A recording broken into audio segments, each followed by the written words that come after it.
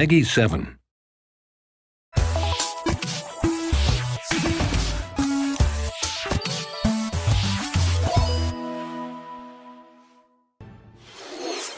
Hi, I'm Caddy, representative character of Daigfe Studios. If you're here, it's because you're eager, curious or both, to see today's announcement. So without further ado, here we go. Please, take a look.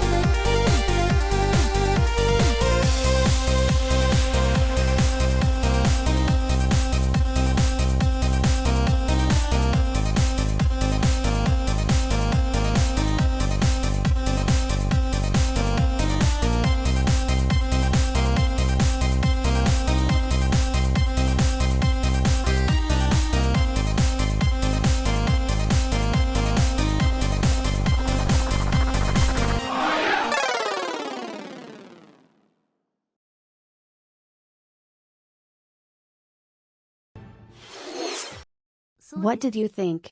The Endless Tower is a pixel art action rouge-like that promises to be the most complete game ever created by Daigfe Studios.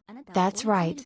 Unlike previous titles like Gravity Bot or Sweet Gears, which due to time and limited knowledge in terms of development, have remained as short experiences without an established end. As a kind of beta, the Endless Tower was conceived from the beginning to try to solve this problem, being an arcade game based on scores and records, so that the only end is not to have more desire to play.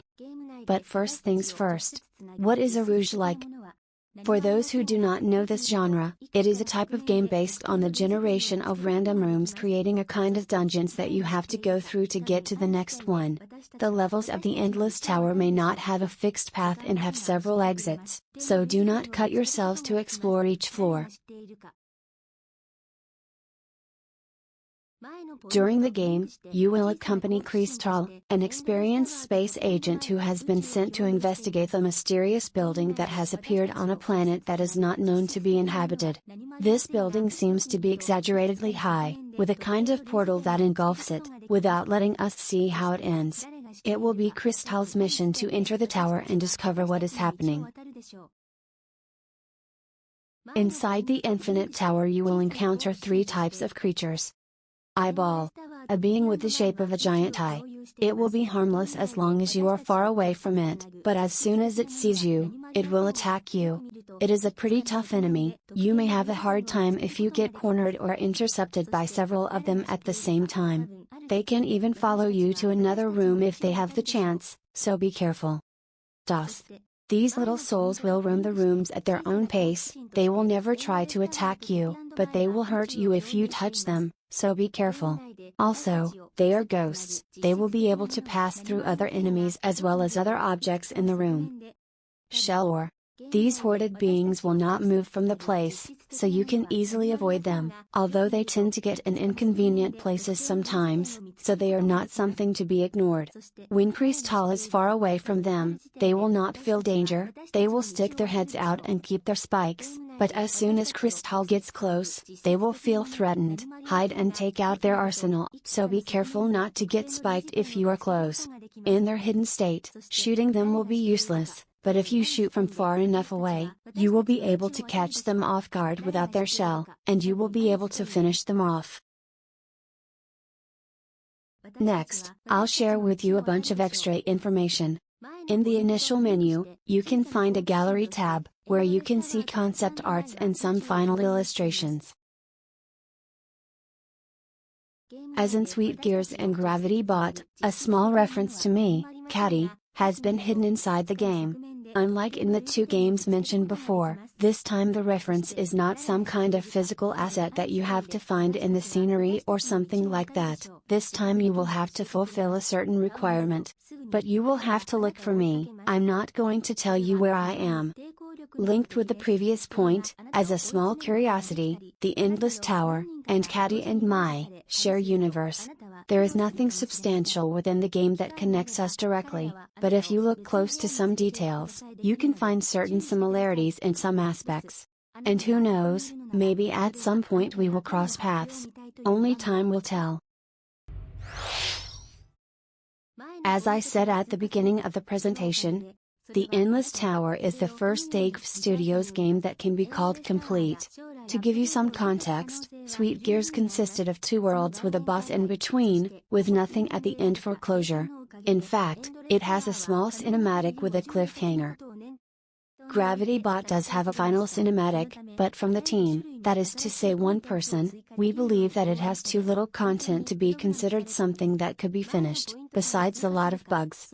For these reasons and more, is why in the trailers of these games, they are called demos to begin with.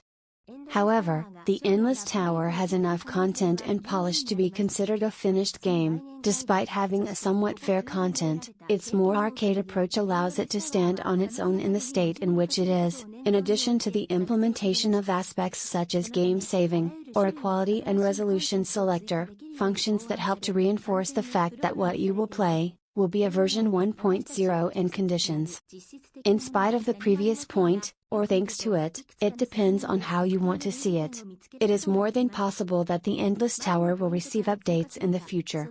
Since its conceptualization, and thanks to the experience gained in this couple of years, the Endless Tower was created with the idea in mind to make it as modular as possible. So it is fully conceived and programmed to be able to add all kinds of new content. And from the Daigfe Studios team, that is just one person, we have plenty of ideas for new enemies, zones, skins, weapons, and even a story mode, which could come at some point in the future. With this we are not confirming that this is going to happen, or even that nothing is underway, but it is quite possible that it will happen if there is desire, time, and support in equal parts. And with this we close the presentation.